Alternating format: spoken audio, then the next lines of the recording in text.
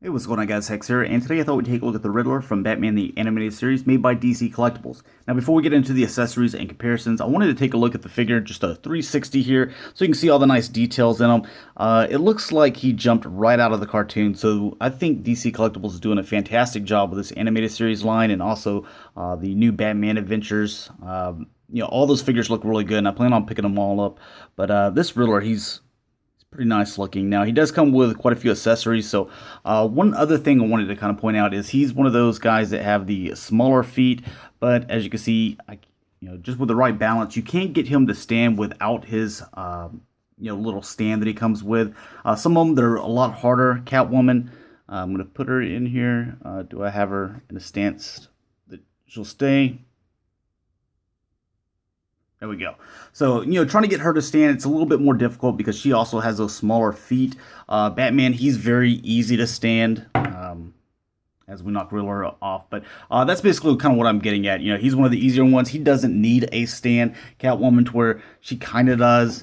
And Riddler, I can see if you could get him, just because he's a little bit top heavy, if you can get his legs in the right position, like so, then you're going to be able to stand him without using that stand. Now, one of the reasons why I kind of bring that up is it's cool that we do get the stands, but they're kind of a pain sometimes. So I want to take a look at it here. You can see it says the Riddler, Batman the Animated Series, and Turnaround. So I'm guessing that's from the episode it's from. You can see a couple of different poses with him. Now, some of these stands, they are like this one, to where they can go back and forth, like this way and this way, so you can position them forward and back here. But then you have this extra bit that's just sitting back there, to where you can't put a figure right behind it. You kind of have to space them, and I feel that I can't get as many figures on the shelf because of it. So I kind of like the figures that can stand very well on their own.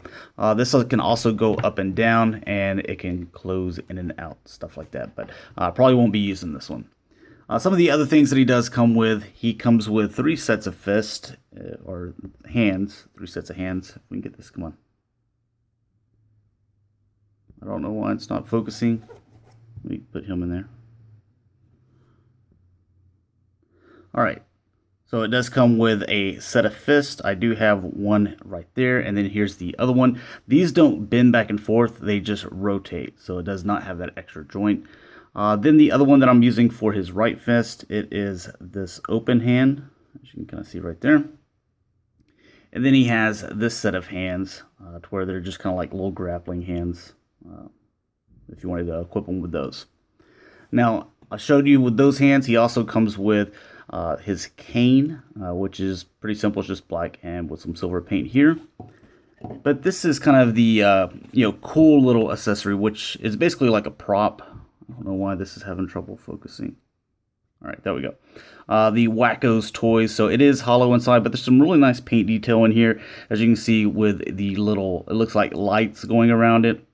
And then these little bottles here, each one of them has a question mark on it. Does it in the back? No, they don't have it on the back.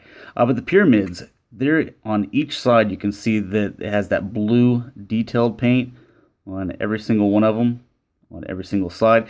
These boxes, they have question marks on all 3 sides.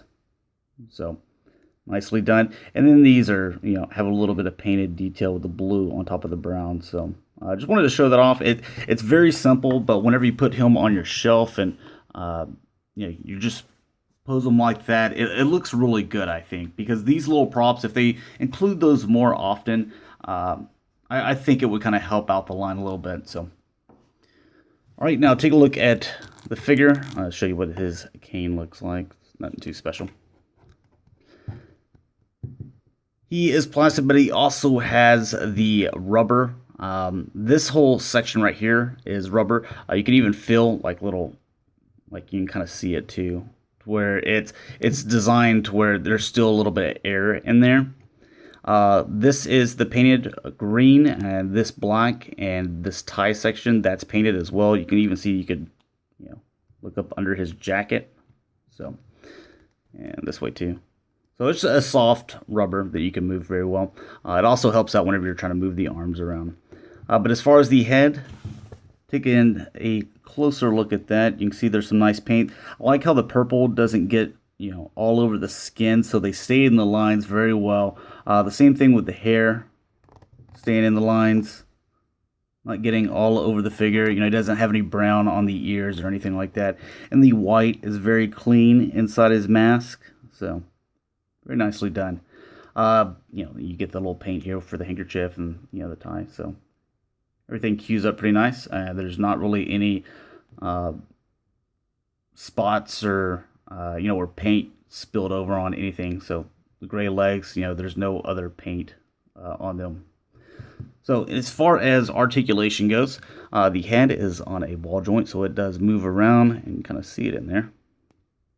The arms, they go in and out thus far, so all the way up. They rotate here, and you can get them all the way around if you wanted to, just because, like I mentioned before, this is kind of that rubber.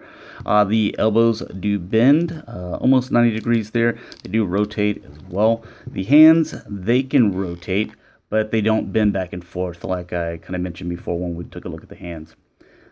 The waist does rotate. This goes back and forth, or basically the legs go back and forth.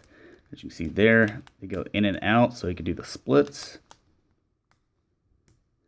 And the knee bends almost 90 degrees, and the feet rotate as well. So whenever you're trying to get him to stand up, it's, well, there we go, right there.